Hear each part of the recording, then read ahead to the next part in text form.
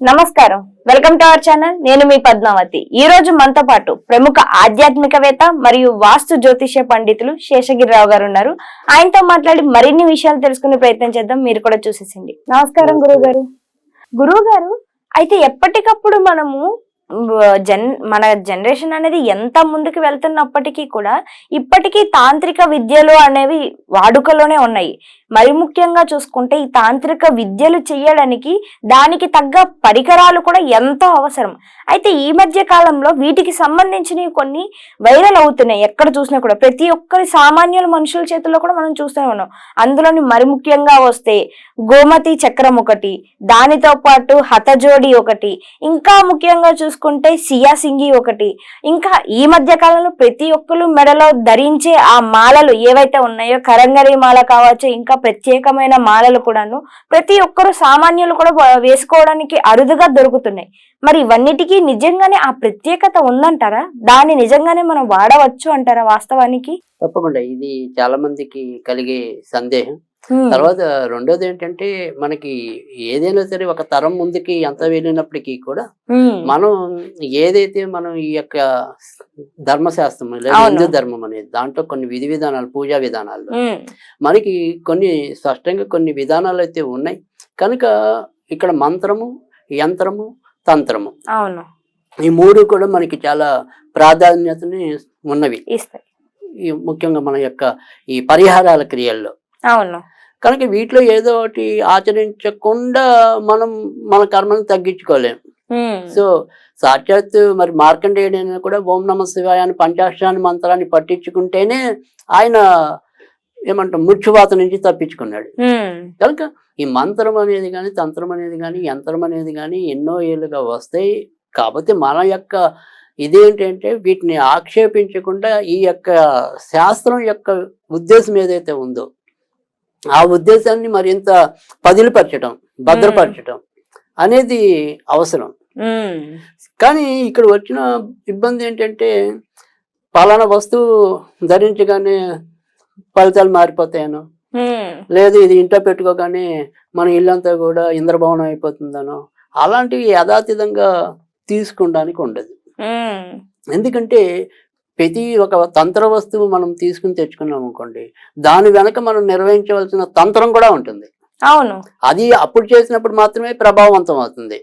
మరి దాన్ని రోజు ఆచరించలేనప్పుడు మరి ఇలాంటివి మనం ఎన్ని ఉపయోగించినా కూడా అది ఒక వస్తువు మాత్రంగానే మిగిలిపోతుంది తప్పితే దానికంటూ ఒక పవర్ అనేది ఏమీ ఉండదు కదండి. రైట్. అంటే ఏదైతే శక్తి రావాలో వాటికి ఆ ఉద్దేశించి మీరు అడిగిన పవర్ అంటే అదే శక్తి అనుకోండి. ఆ శక్తి అనేది ఏదైతే రావాలో ఖచ్చితంగా దానికి, అందుకని ఇప్పుడు ఒక యంత్రం మనం అనుకుంటే గనక ఆ యంత్రానికి ఇంచుమించుగా 64 రకాల కళల్ని దారపోసి ప్రాణ ప్రతిష్ఠ చేసినప్పుడు మాత్రమే మీకు ఆ యంత్రం అనేది ఫలితం ఇవ్వడం అనేది ఉంటుంది. అంతేగాని రెడీమేడ్గా మీరు ఏదన్నా ఈ పూజా సామాన్లు అమ్మే చోట రెడీమేడ్గా తెచ్చుకుని కానీ, లేదా కొన్ని ఎవరైనా సంస్థల వాళ్ళు అమ్మినా దానికి సరైన పద్ధతిలో పూజలు పునస్కారాలు చేయకుండా అవి మనం పెట్టుకోవటం వల్ల పెద్దగా జరిగే మేలైతే ఉండదు, అలంకరణగా మాత్రమే మిగిలిపోతాయి.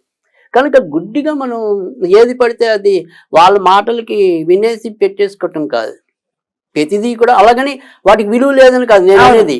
వాటికి విలువ ఎప్పుడు వస్తుంది అంటే కనుక బంగారానికి సాన పెట్టినప్పుడే అన్నట్టుగానే ఏదైనా సరే దానికి సంబంధించిన క్రియ మనం ఆచరించినప్పుడు ఖచ్చితంగా అది పవర్ఫుల్ అవుతాయి.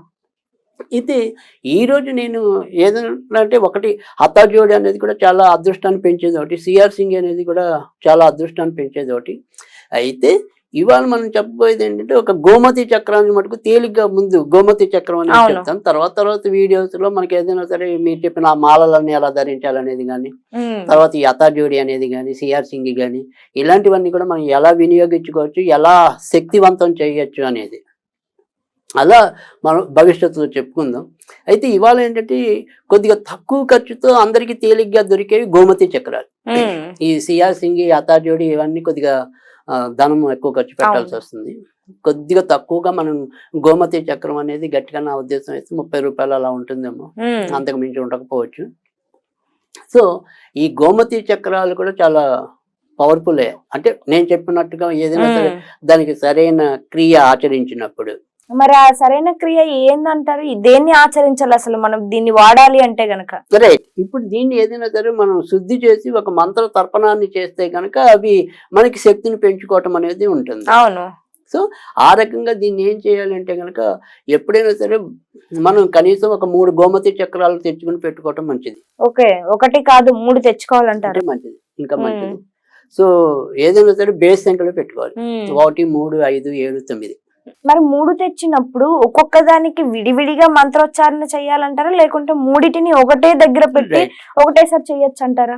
బాగా మంచిది. సో 3 కూడా మనం ఒకే చోట పెట్టి వాటిని ముందుగా అయితే పచ్చిపాలతో గాని కొబ్బరి నీళ్ళతో గాని ఈ రెండిటితో మీరు శుభ్రంగా వాటిని కడగండి.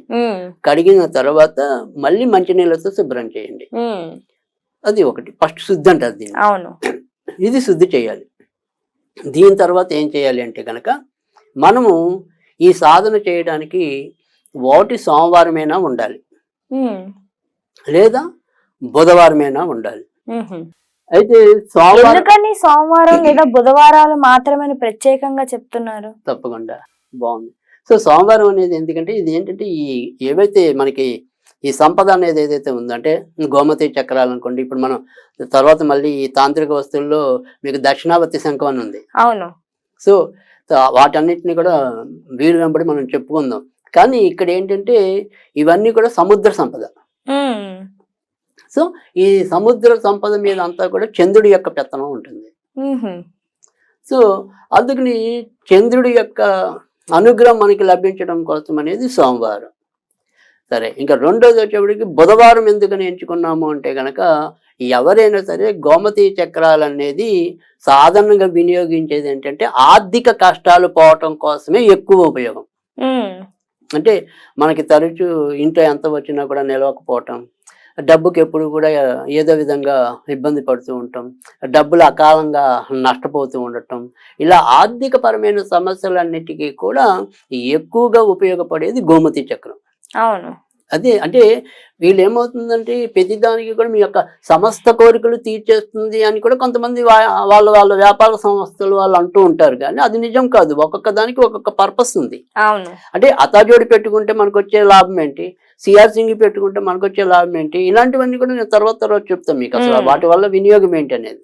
సో ఇక్కడ మనం గోమతి చక్రం తీసుకోవాల్సింది ఏంటంటే కనుక ఆర్థిక స్వావలంబన లభించడం అనేది, ఆర్థిక స్వాంతన చేకూరటం అనేది, ఆ రకంగా మనకి ఇది ఎక్కువగా ఉపయోగపడటం అనేది జరుగుతుంది. కాబట్టి సోమ లేదా బుధవారం అనేది.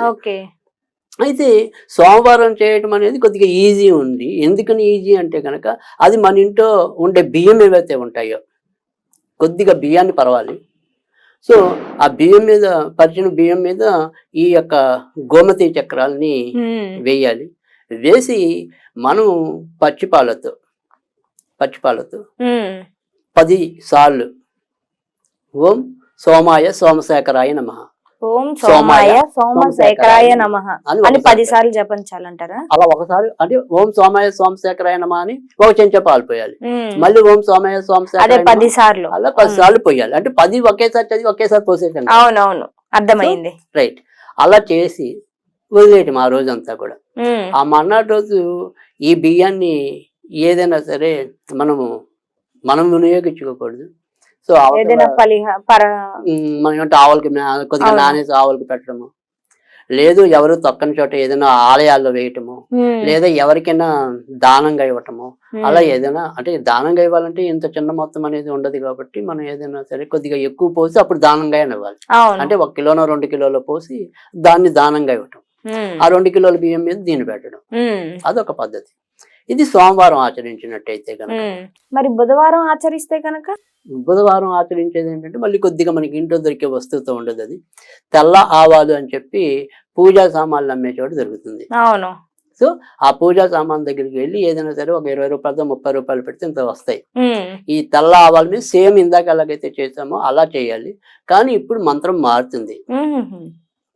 ఎందుకంటే చంద్రుడి మంత్రం ఒక రకంగా ఉంటుంది, బుధుడి మంత్రం అనేది ఒక రకంగా ఉంటుంది. ఇది ఓం గం సౌమ్యాయ నమః, ఓం గం సౌమ్యాయ నమః. ఇది ఆ రకంగా దీనికైతే గనక సంఖ్య 14. ఇందాక మనం 10, 10 అవును. ఇప్పుడు ఇది 14 ఇలా చేసుకుని ఆ తర్వాత సేమ్ అలాగైతే బియ్యం ఎలాగైతే చేసామో ఇవి కూడా ఎవరు తొక్కని చోట పోయటం అనేది పద్ధతి. తర్వాత ఈ అప్పటి నుంచి మనం దీన్ని ఏదైనా సరే చంద్రుడు చేసిన వాళ్ళైతే చిన్న తెల్లగుడ్డలో మూట కట్టి మీరు డబ్బు పెట్టుకునే చోట పెట్టండి. ఒకవేళ మీరు బుధవారం నాడు ఆచరించారు అనుకోండి, ఆ బుధవారం ఆచరించిన వాళ్ళు ఆకుపచ్చ వస్త్రంలో కట్టండి. ఓకే.